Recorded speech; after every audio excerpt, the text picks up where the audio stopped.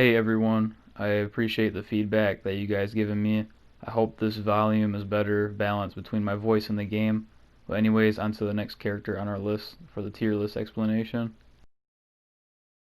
Watch out, Joker! This one looks kinda tough! Really? I think you underestimate me. Joker, the Clown Prince.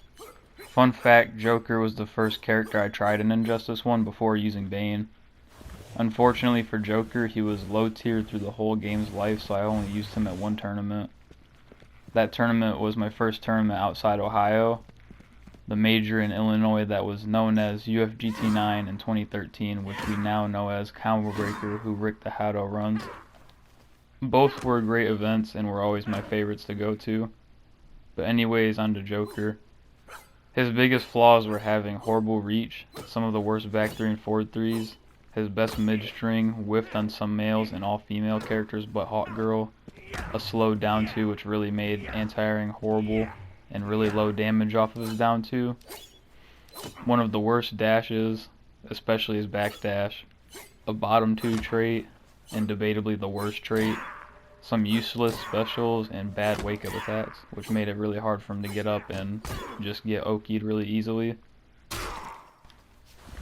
His 4-2-3-2, it was his best mid-string on paper, but the thing is it has these whiffing issues and exploits. But if it didn't have these, it would be much better. That way he could check you without having any risk. But he has to do 4-2-1 to check you without getting exploited, but it's way less reward. His down 2 is an okay anti-air. It's pretty hard to anti-air with it on reaction because of how slow it is. Hence why I'm getting stuffed by some jump kicks from Batman. He actually has a decent jump-in game. His jump-ins were pretty good because jump 3, his crowbar, it was slower but had more range and it was harder to anti-air. But if you respected his crowbar, then he could follow up with other jump-ins. His back 3 and forward 3 were some of the worst in the game because of how slow they were. And you couldn't do forward 3 into forward 3 on hit for the unbreakable damage, or forward 3 into back 3 because of how slow they were. And the frame data on them on block wasn't even that good. I think both were like +6 or something like that. But for how slow they were, they should be more plus, because you're never going to land that and use it viably for the most part. His jump-ins were pretty good on cross-up. Like, he had some of the best jump 2s in the game, in my opinion, because it crossed up really easily and had a way better hitbox in Injustice 1 compared to Injustice 2. And if you combined his jump-ins with his low teeth that hit low, he had really good mix-up potential off of it and pressure. He has pretty decent damage and meter build for the most part. So if he did open you up or punish you, he got a decent reward and he has okay corner carry. Some of these 50-50s he can do with his teeth are pretty good. They're hard to block, but even if he did block them, he was plus after most setups.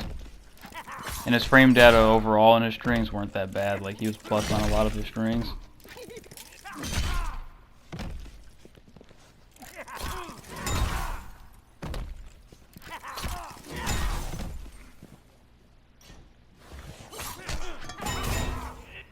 This is a combo for 1 bar and decent meter build. Like, as you can see, he almost builds half a bar from that combo. And he also has an OTG he can use after the crowbar knockdowns. So you can follow up with dash up, back 1 flower after crowbar if you can reach. Batman sets a wake up super. And as you can see, it didn't come out when he hit the back 1 after crowbar. These are other examples of using crowbar to restand your opponent and force him to block. You could do low canister, which is +21 on block and is good for jump-in pressure. You can also OTG with another crowbar if they're not ready, because the crowbar is reactable to 23 frames. So you can follow up with that if you want.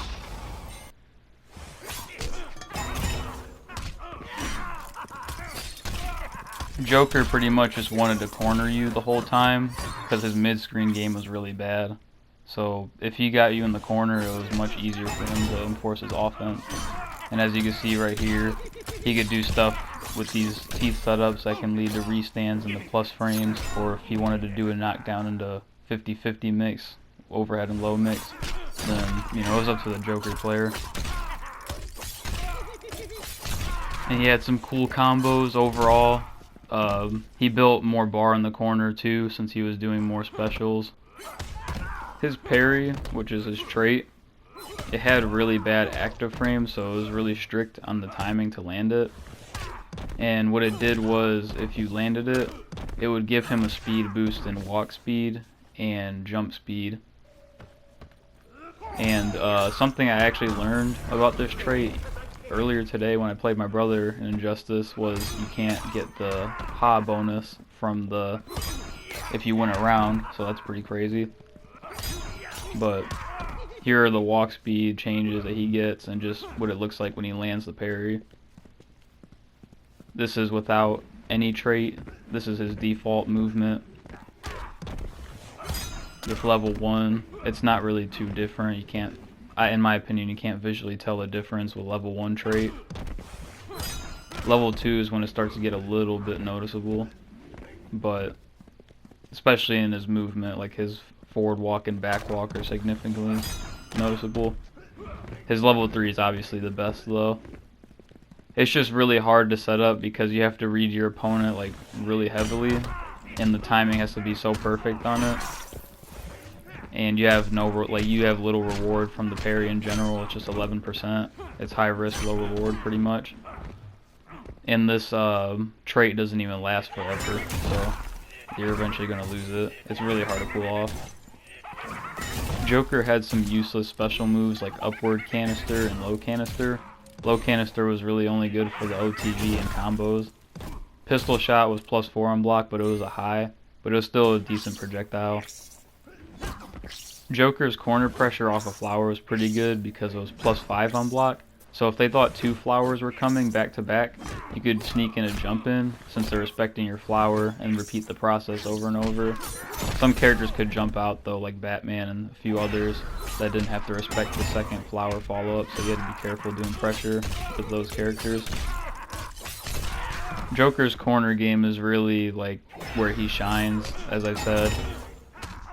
It's just, he has way more mix-up potential and meter build than he would mid-screen, because he can't really set up these 50-50s like he can in the corner.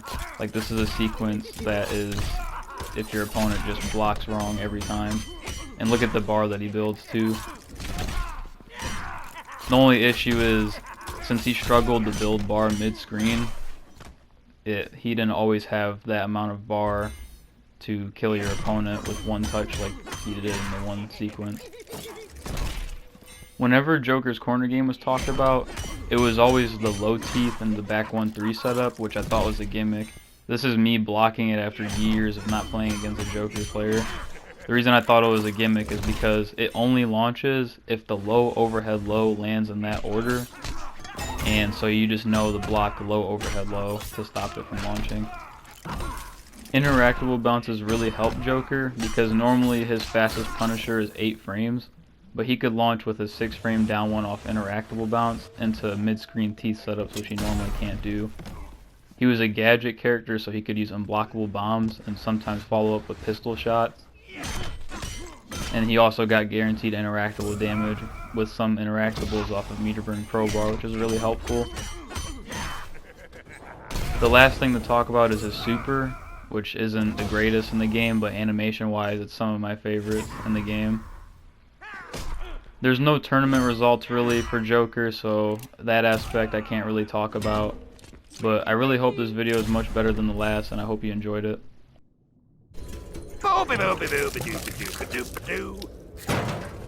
You're fired.